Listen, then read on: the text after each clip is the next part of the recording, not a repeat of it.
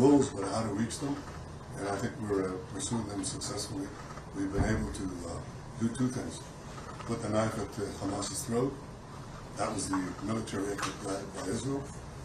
And the other effort was to isolate Hamas in the Arab and Muslim world, which I think the president did brilliantly with his team. So those two things produced the hostages. Nobody believed we'd get them out. Mr. Prime Minister, will you allow Turkey on the question of the terms, I think let me quote the Vice President from yesterday. He said that I have very strong opinions on that. And he also said we have to do it with, Israel will be obviously decide together who does that. So I have very strong opinions about that. You want to guess what they are?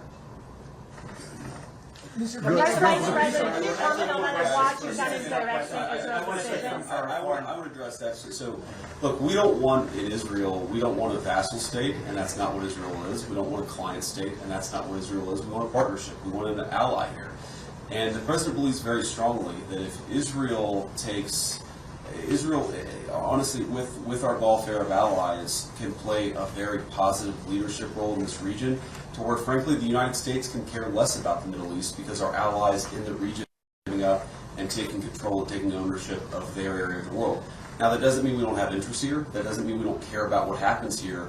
But we actually see this as an opportunity to build on the Abraham Accords. I think this Gaza deal is a critical piece of unlocking the Abraham Accords. But what it could allow is an alliance structure in the Middle East that perseveres, that endures, and that allows the good people in this region of the world to step up and take ownership of their own backyard. That's in the United States' best interest. I happen to think that it's in Israel's best interest too. Vice President Vance, Vice President Vance, you say that the ceasefire isn't on the verge of collapse, but why is it that the president sent Jared Kushner, Steve Witkoff, now yourself, and then Secretary of State Marco Rubio to Israel this week, if that's not the case? And if I could, you said that there were joint agreements between the two of you today. Could you please explain what those were? Well, to answer your question, look, this thing takes monitoring and it's going to take a lot of work. I was in the CMCC, which we opened up yesterday. A lot of our Israeli friends working together with a lot of Americans to actually mediate this entire ceasefire process, to get some of the critical infrastructure off the ground, from the international security force to some of the reconstruction of Gaza. It's not easy. I never said it was easy, but what I am is optimistic that the ceasefire is going to hold and that we can actually build a better future in the entire Middle East. But that requires some work. So it's not about monitoring in the sense of, you monitor a toddler. It's about monitoring in the sense that there's a lot of work, a lot of good people who are doing that work, and it's important for the principals in the administration to keep on ensuring that our people are doing what we need them to do. Mr. Vice President, how do you... Do you have a comment on the foreign countries not willing to send troops to Gaza, afraid of Hamas? Please let the Prime Minister answer the question.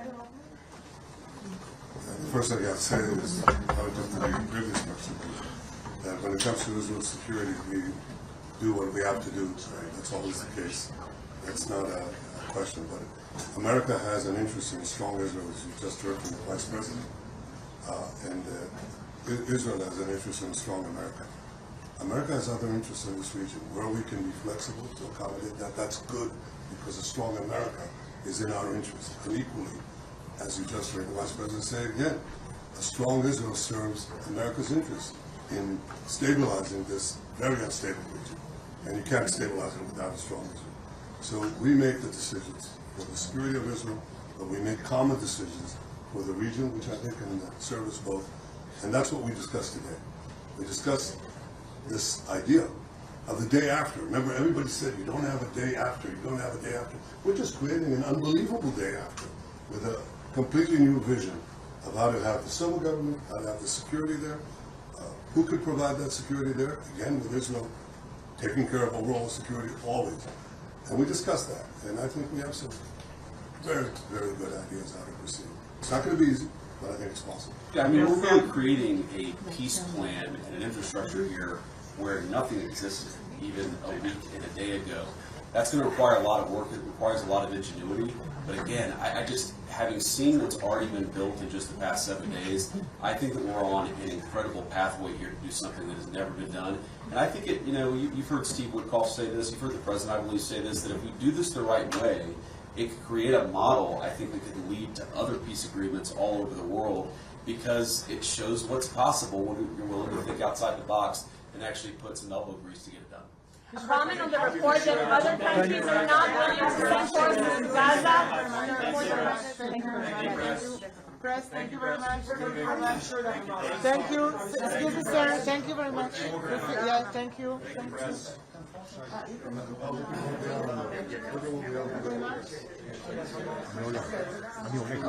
you.